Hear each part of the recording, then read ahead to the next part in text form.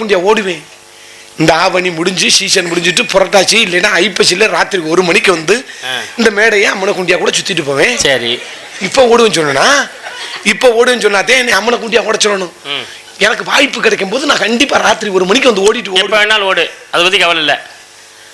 நம்ம ஊரு எந்த பக்கம் இருக்கு, எந்த வழியா வரன்னு நீ அம்மனை குண்டியா ஓடுங்க. என் கிரக மசுரே வழி மட்டும் சொல்லு எனக்கு. ஊரு பேரே வாயில நுழையில, நான் என்கிட்ட வழியை தேடி வரும். எந்த வழியோ நான் கூகுள்ல மேப்பை போட்டுருவேன். சரி சரி தம்பி, பாரு அந்த பையன் அம்மனை குண்டியா பாக்குறதுல எவ்வளவு ஆர்வமா இருக்காங்க. என் தங்க என் ஜிங்கா ஆம்பளைக்கு ஆம்பளை மொட்டை குண்டியா பாக்கணும்னு ஆசைப்படுறதா.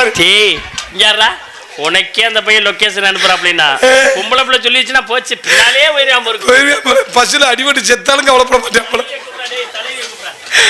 ஓடி போ, இதோட நாடகம் முடிஞ்சிச்சு. பாப்பா இன்னும் புரட்டாசி ஐப்பசி